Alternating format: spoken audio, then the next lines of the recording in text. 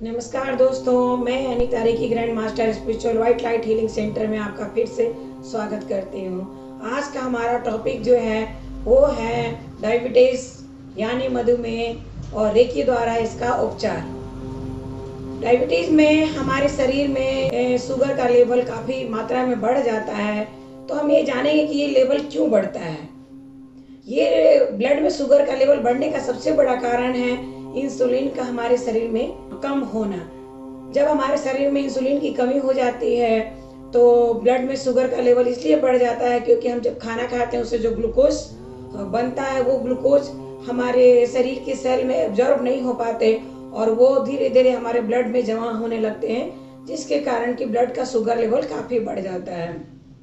अब यहाँ पे सबसे ज़्यादा ध्यान देने वाली बात ये है कि इंसुलिन कहाँ से बनता है, इंसुलिन कौन बनाता है। तो इंसुलिन हमारे शरीर का पैनक्रियास बनाता है। तो पैनक्रियास में क्या प्रॉब्लम आ जाता है जिसकी वजह से इंसुलिन में बनने में कमी आ जाती है।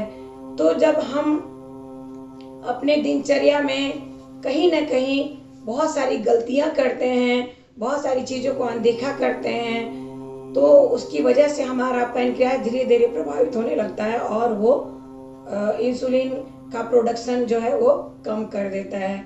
सबसे पहले हम बात करेंगे कि आखिर कहाँ पे क्या कारण है। कारण ये है कि हम बहुत देर तक बिना खाए रहना, खाली पेट में रहना, अत्यधिक तनाव में रहना या फास्ट फूड का ज़्यादा सेवन करना, शरीर में अत्यधिक मात्रा में फैट का हो जाना इत्यादि बहुत सारे ऐसे कारण हैं जो कि हमारे शरीर में पैनक्रियास को प्रभावित करते हैं। और पैनक्रियास जब प्रभावित हो जाता है तो इंसुलिन बनने में कहीं ना कहीं रुकावट आने लगती है। तो ये तो हुआ कि डायबिटीज होने के क्या कारण है। अब हम बात करेंगे किस तरीके से हम इसको पूरी तरह से ठीक कर सकते हैं। तो सबसे पहले तो हमें अपने रूटीन को ठीक करना पड़ेगा, अपनी दिनचर्या को ठीक करना पड़ेगा। हमें क्या खाना है, क्या नहीं खाना है, इस पे ध्यान देना होगा। जैसे कि हमें शुगर, मीठी चीज़ों का परहेज करना होगा, कार्बोहाइड्रेट चीज़ों का भी थोड़ा परहेज करना पड़ेगा और टाइम टाइम पे खाते रहना पड़ेगा। साथ ही हमें थोड़ा मेडिटेशन भी करना चाहिए और कोशिश करना चाहिए किस तरीके से हम तनाव मुक्त रहें और शरीर में हमारा फैट जमा ना हो। अगर हम इन सभी बातों पे ध्यान दें तो हम बहुत हद तक डायबिटीज़ को कंट्रोल कर सकते हैं। ये तो हुआ जनरल बात। अब हम ये बात करेंगे कि किस तरीके से हम रेकी द्वारा डायबिटीज़ का उपचार करेंगे।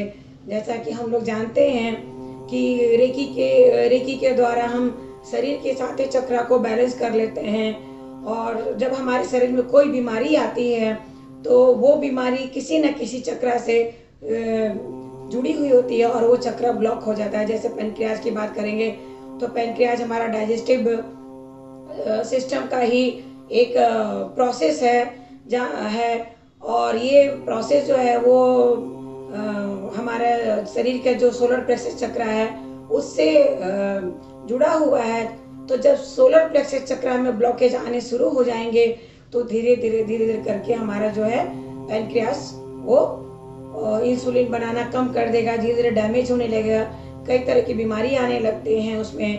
कई बार अगर हम ध्यान न दें तो हमें पैनक्रियास का कैंसर तक भी हो जाता है। तो हम अगर रेकी द्वारा प्रॉपर उपचार करें तो ये बीमारी पूरी तरह से ठीक हो जाती है। हमारा जितना ज़रूरी है कि हम अपने खान पान में, अपने दिनचर्या में परहेज करें, उतना ही ज़रूरी है कि हम पूरी तरह से इसको ध्यान देकर के ट्रीटमेंट कराएं तो हम इस बीमारी से मुक्त हो सकते हैं। इसके लिए रेगुलर हीलिंग करानी बहुत ही ज़रूरी है। हमारी मेहनत और आपकी मेहनत दोनों मिल करके इस बीमारी को पूरी तरह से ठीक कर सकते हैं। आज के लिए इतना ही। नमस्कार।